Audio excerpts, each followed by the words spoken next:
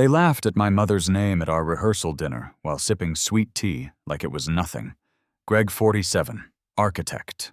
The scarf she wore to every chemo session was folded in my pocket the day I walked out. Ever felt grief and clarity hit at the same moment? Tell me, what would you have done?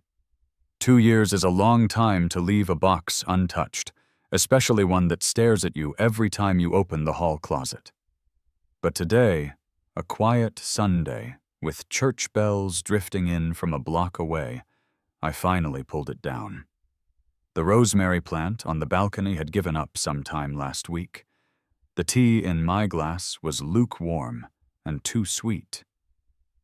But the silence in the room, that still had bite.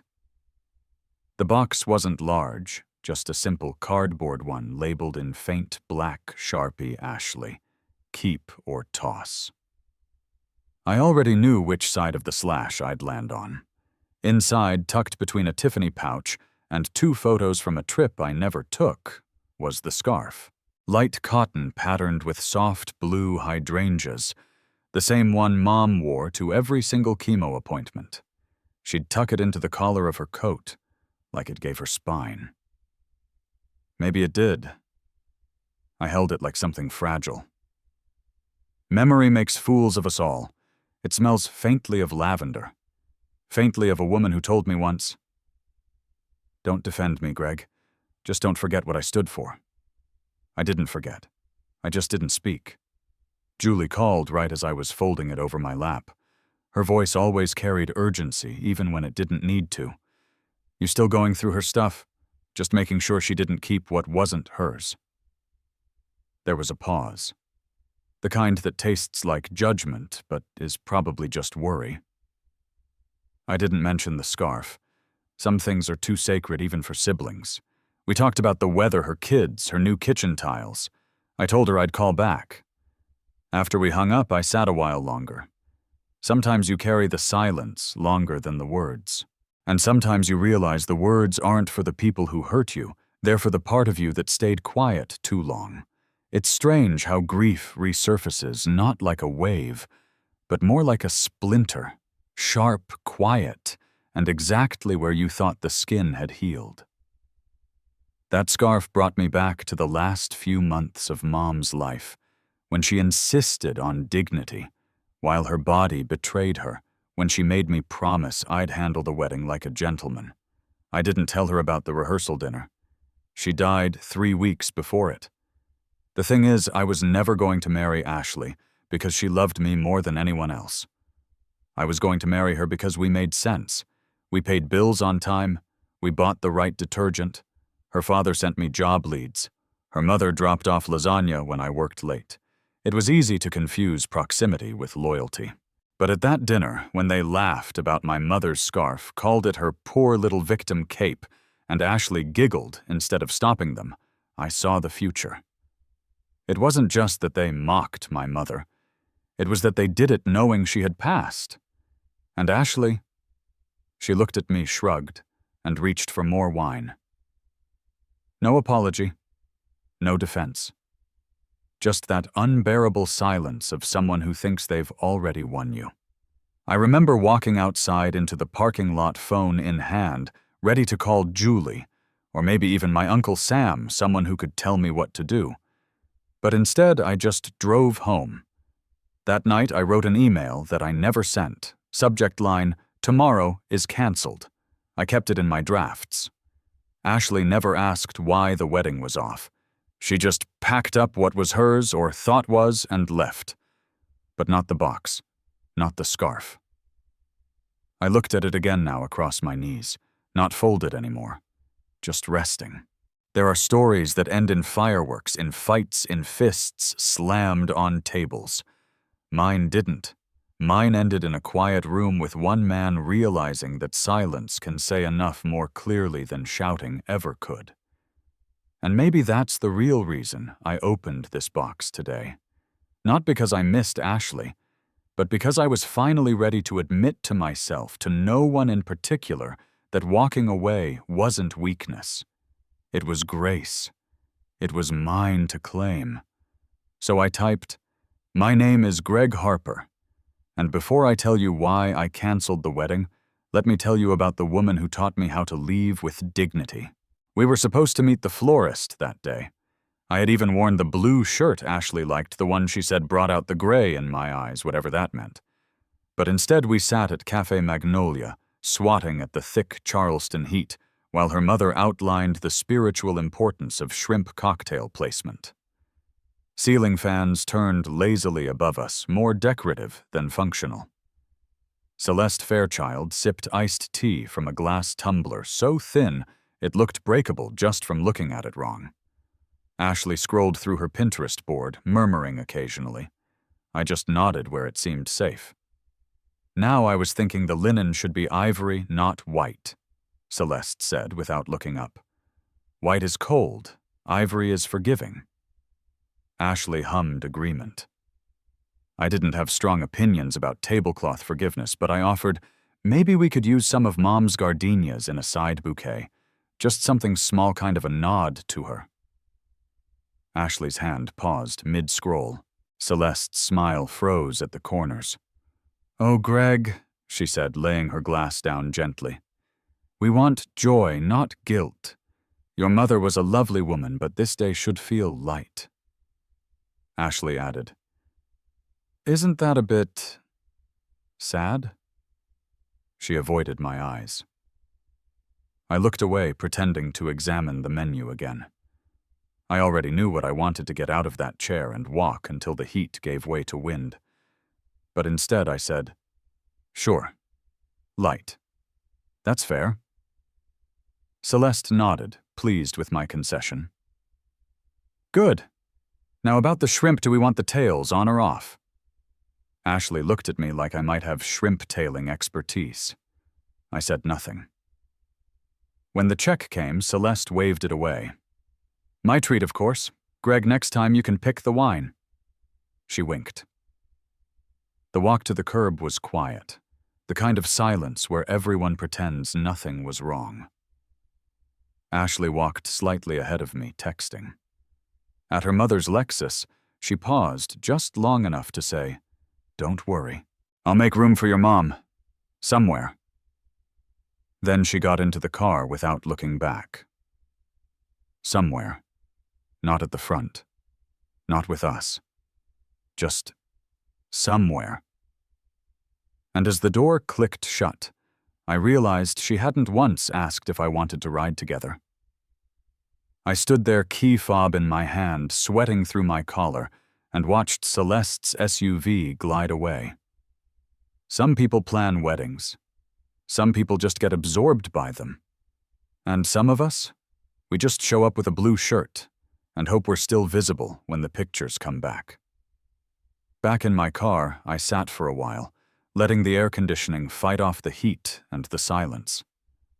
I stared through the windshield at a couple arguing on the sidewalk, their words muffled by glass. Funny how strangers could seem more emotionally in sync than people about to say I do. I tapped my fingers against the steering wheel thinking about Douglas. Her father had once said, Greg's solid. He'll keep Ashley grounded like a good foundation. But it was hard being a foundation when the house didn't seem to want to sit on you. The phone buzzed. Julie. You alive? She asked, her voice light but knowing. Define alive. She chuckled. Let me guess. Linen napkins and shrimp, and the quiet erasure of Mom. Julie paused. You don't have to let them do that. I'm not. I'm just trying not to light the place on fire while they hang the curtains. She was silent for a second. Greg, you don't have to stay in a room just because someone gave you a chair. It was a good line. I didn't respond. Later that night, Ashley texted me a photo of the place settings. Celeste thinks silver napkin rings are more timeless. Thoughts I typed and deleted 3 different responses. Finally, I wrote, Sure. Silver's fine. I didn't sleep much. The ceiling fan in my bedroom spun like it was trying to stir up all the things I hadn't said. The next morning, I found the gardenia in a pot on my porch had wilted almost theatrically. I watered it anyway, because sometimes even when you know the roots are dying, you still try. "I can't believe you're marrying someone who shops at Tractor Supply," her cousin giggled, eyes twinkling over a bourbon glass. Ashley didn't correct her. She just smiled and sipped her sweet tea. I looked away and adjusted the cuff of my shirt, not the kind I usually wore, but Ashley had asked me to dress Southern formal, whatever that meant. My boots were polished, at least. That seemed like enough. Julie leaned in and whispered, "Do you want me to fake a stomach cramp? We can leave before they start square dancing." I smiled, but didn't answer. The Fairchild Lake House shimmered in the soft November dusk, all string lights and curated charm. Tables were dressed with navy runners and silverware that looked like it had never met a dishwasher.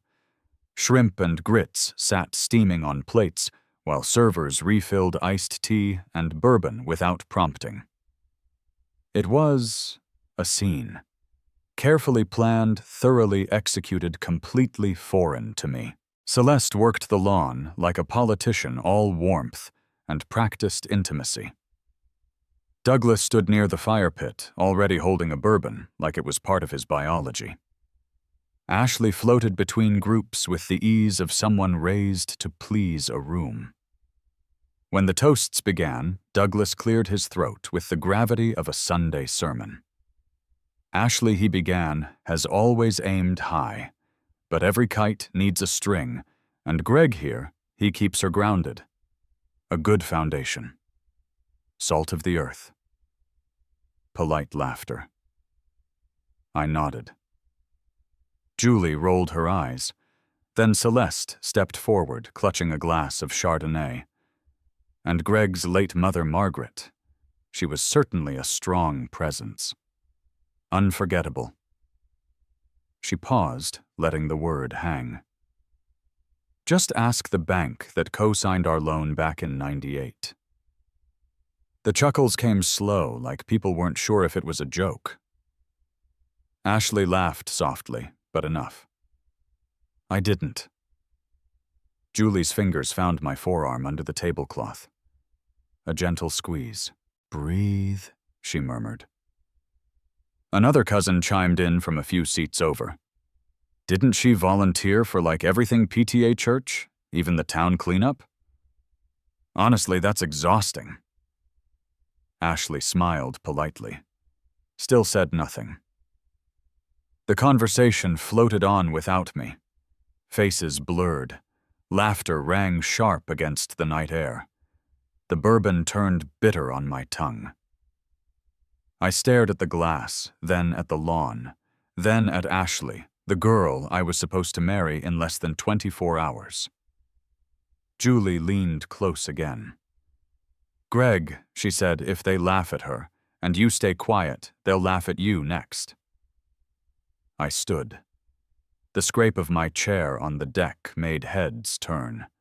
The chatter died down like someone had turned off the ambient soundtrack of a summer wedding rehearsal. I raised my glass. No one spoke. Even Douglas tilted his head in anticipation. "I wasn't planning to speak tonight," I said again, more softly now, like I needed to hear it myself. "But some things deserve to be said." I looked at Ashley.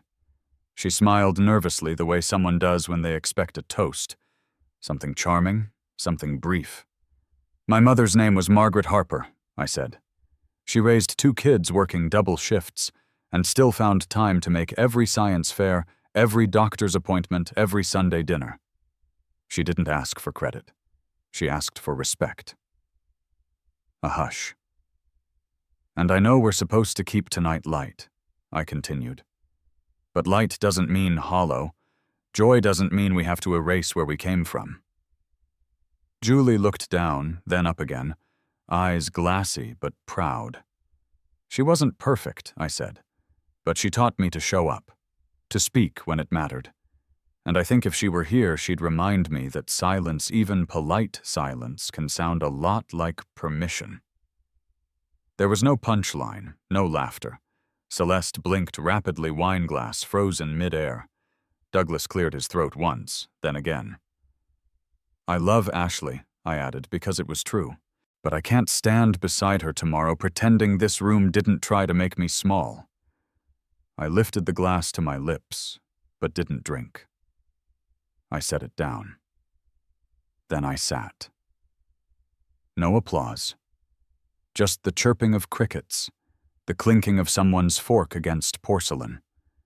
And the way Ashley looked at me, not angry, not ashamed, but unsure, like I'd just spoken in a language she didn't quite understand. Later, as people began to talk again, I saw a few glances exchanged. Julie touched my shoulder, no words needed. Ashley didn't say anything for the rest of the evening. She left in her mother's car again, and I watched the lights blur across the lake, wondering when exactly we'd stopped being on the same side of the room. The pianist was halfway through Canon in D, when I realized the only sound louder than the music was the silence in my own chest. Ashley's hand rested lightly on my arm. Her nails were painted the soft blush pink she'd picked out months ago. The ballroom was every bit the Fairchild production white roses cascaded from crystal vases, and the chandeliers above us sparkled like we were on the verge of royalty. I remember thinking it looked more like a coronation than a wedding. The officiant, a family friend of the Fairchilds, began with a practiced smile and the warm cadence of Southern tradition. "We are gathered here today." I looked out at the rows of guests, pastel dresses, polished shoes, mimosas clinking softly. Celeste dabbed the corner of her eye, not from emotion, but from some sense of decorum. Douglas sat upright, hands folded tightly. Julie stood off to the side, not in a dress from the bridal party she had insisted on wearing what she felt comfortable in. A gray pantsuit. Mom would have liked that. The officiant turned to me. "Gregory Harper, do you have something you'd like to share?" I stepped forward slowly, careful not to jostle Ashley's veil. "I wrote something for today," I said, and felt the faint pull of every eye in the room. "But I won't read it." A beat of confusion rippled through the crowd. A chair creaked. Someone coughed. Ashley stiffened her hand, falling from my arm. Her eyes searched mine for a script I was no longer reading from. I loved someone once I began, who taught me that silence isn't always kindness, that sometimes silence is complicity, violence, even when it's dressed as grace. I could hear my own heartbeat now clearer than the music. My mother deserved to be remembered with dignity, and I deserved to marry someone who'd defend that dignity, not excuse it. Celeste's hand darted toward Ashley's wrist. She leaned in, whispering harshly, "Stop him." Ashley didn't move. She just stared wide-eyed, like this moment had come out of nowhere. But it hadn't. It had been building from linen textures to toasts to the slow erasure of a woman whose only crime was working too hard and loving too fiercely. I reached up, unclipped the boutonniere from my lapel, a single white rose, and laid it gently on the podium. Then I walked. Not down the aisle. Past it. Through the aisle. No raised voice. No thrown glass. Just the soft sound of my shoes on the marble floor, and a woman in a pastel dress gasping near the back. Outside, the clouds had thickened. A breeze rustled the flags by the harbor, and a drizzle began to mist the steps. I didn't hurry. Julie followed me only halfway, stopping just outside the doors. "Greg," she said quietly. I turned. Her eyes weren't asking me to stay, just checking that I was whole. "I'm good," I said. And for the first time in weeks, I meant it. As I stepped down the final stair, I felt something shift in my jacket pocket. I reached in and pulled out the scarf, Mom's scarf, folded neatly. I must have placed it there that morning without even thinking. I looked down at it damp now from the rain, blue and soft and stubborn as she had been. I pressed it once to my lips, then tucked it back in. It wasn't a wedding, but it was an ending. And sometimes those are the only beginnings that matter. I wandered the harbor walkway for a while, hands in pockets, the scarf still tucked away. Guests would be whispering, I imagined. Celeste would be scrambling to salvage whatever narrative could be spun from what just happened. I didn't care. The rain picked up, not a downpour, but enough to soak the shoulders of my suit. I didn't bother running. Let the water fall. Let it rinse whatever residue of that room clung to me. I passed a bench near the water's edge and sat. The tide was out, leaving behind lines of seaweed and shells along the sand. A little boy chased a gull across the boardwalk, his mother calling after him with a tired smile. Julie texted, "I took your car keys before anyone else could. I'll wait as long as you need." I smiled. Typed back, "Appreciate you. I'll be there soon." It struck me then, all the effort we pour into ceremonies, into performance. The borrowed tuxes, the written vows, the crystal glasses. But none of it matters if the person beside you won't stand up when you need them most. Ashley hadn't laughed when Celeste mocked Mom, but she hadn't stopped her either. That silence had said everything. I stood again, stretched, and turned back toward the parking lot. The scarf, dry now in my pocket, felt warm despite the chill. As I walked back to Julie, I didn't feel triumphant, just steady. Mom once told me better to be the man who walks away in silence than the one who stays for noise. I used to think that was her giving up. Now I think it was her claiming peace. Today I did the same. She didn't say I'm sorry. She said I needed to feel like she loved me too. The Fairchild estate hadn't changed, not in 2 days, not in 2 years. Marble floors, French doors, tall ceilings with quiet echoes. It smelled like citrus polish and old money. The kind of house where conversations were curated and emotions never raised their voices. I rang the bell once. It wasn't a doorbell, really more like a chime announcing arrival to a place that expected no surprises. Ashley answered after a moment. No makeup, hair pulled back, a soft sweatshirt and jeans. She looked young, tired, or maybe just unguarded for the first time in a long while. "Greg." Her voice was small. I didn't answer with her name, just asked, "Is it here?" She blinked. The scarf, I nodded. She stepped aside to let me in. I didn't want to cross the threshold, but I did. The foyer was immaculate. A gift bag still sat unopened on a bench. Someone had left their programs scattered neatly on a table. Wedding things, celebrations that never happened. Celeste emerged from the hallway, lips tight. She glanced at me, then turned back into the kitchen without a word. That was fine. Ashley walked to the sideboard, pulled out a Tiffany blue pouch. "I wore it," she said, not quite looking at me.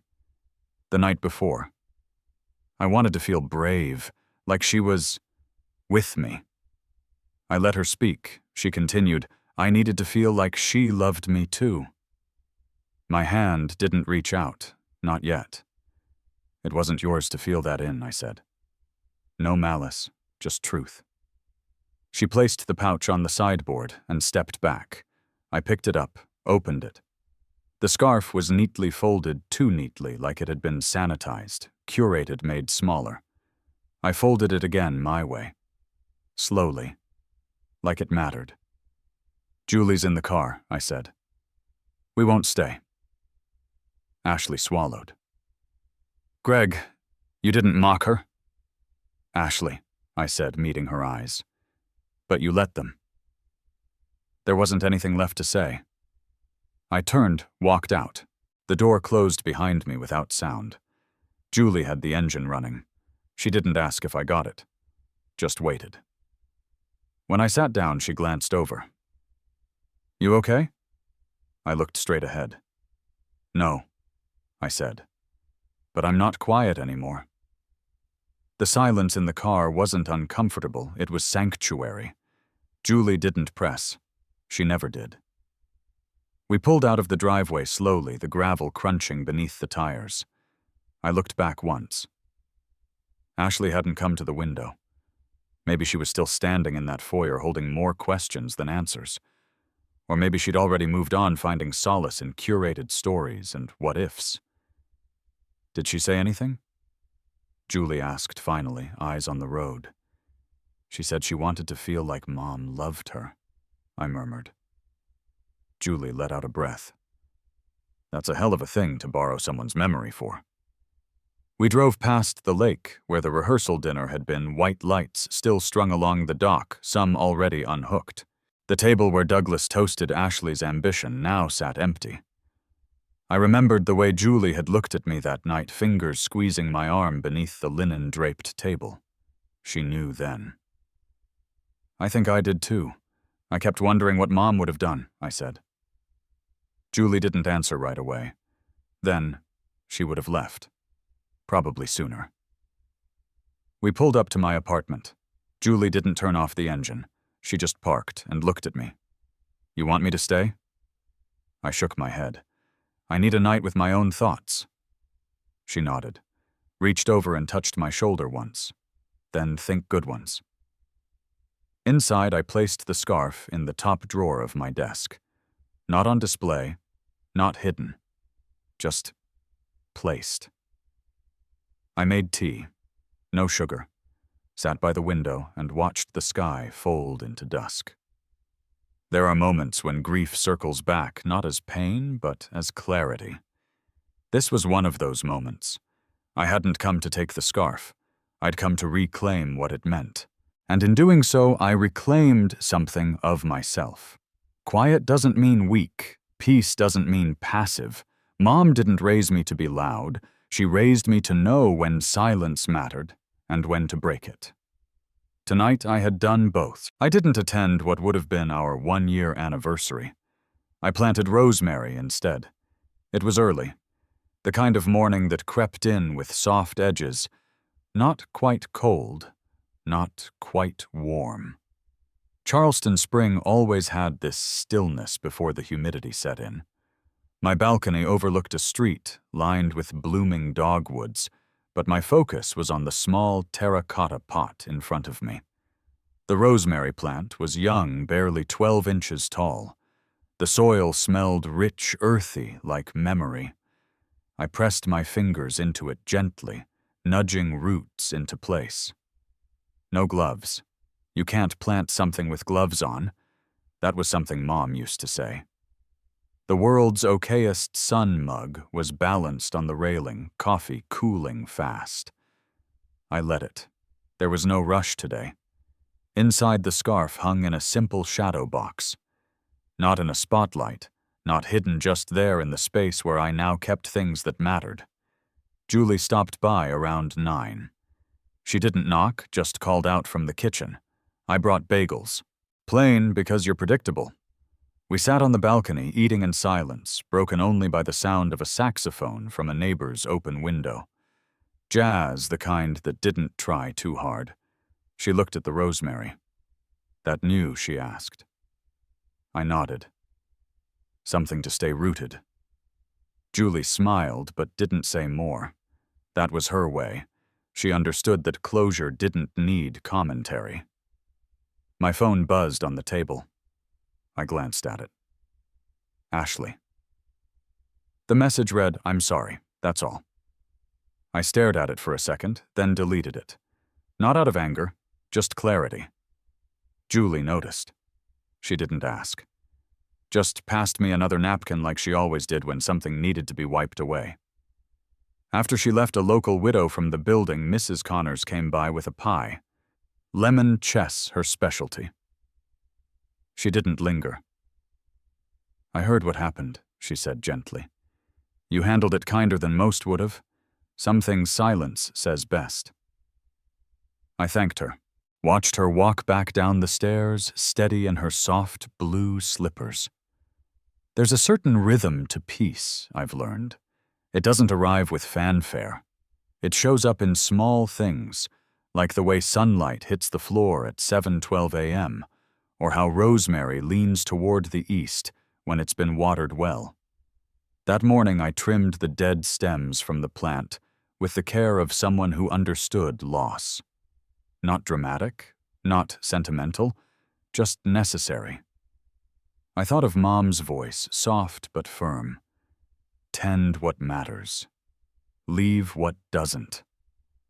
I'd spent so much of the last year unraveling what didn't. There was no ceremony, no anniversary dinner, no second chances written in champagne fonts. But there was this morning. There was dirt beneath my fingernails and the slow exhale of someone who'd survived. Julie had left a note with the bagels. Get more cream cheese and maybe finally think about dating someone who composts. I smiled. I didn't need more than that.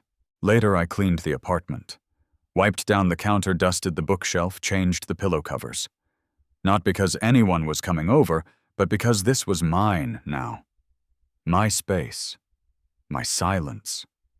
I stopped at the shadow box on the wall. The scarf looked different in daylight, less like a relic. More like a flag, not one of mourning, but memory. It wasn't about her anymore. It was about the part of her that lived in how I chose to live. I wrote one more line in the journal below the last. She wasn't erased. She was remembered. And that's louder than any toast. And then another, and I am enough too. I didn't cry. I didn't smile.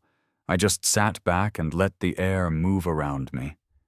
Jazz still playing, chimes, still soft. Coffee, still lukewarm. That afternoon, I took a slow walk down to the edge of the marina. Tourists were out snapping pictures, trying to trap beauty in pixels. A child dropped a plastic dinosaur into the water, and his father fished it out with a branch, smiling. Life went on. I passed a couple on a bench. She leaned into his shoulder, like they didn't care who saw. And I didn't envy them. I didn't mourn what I'd lost. I just noticed. At the harbor, I sat with my feet over the edge and watched the ripples move like time.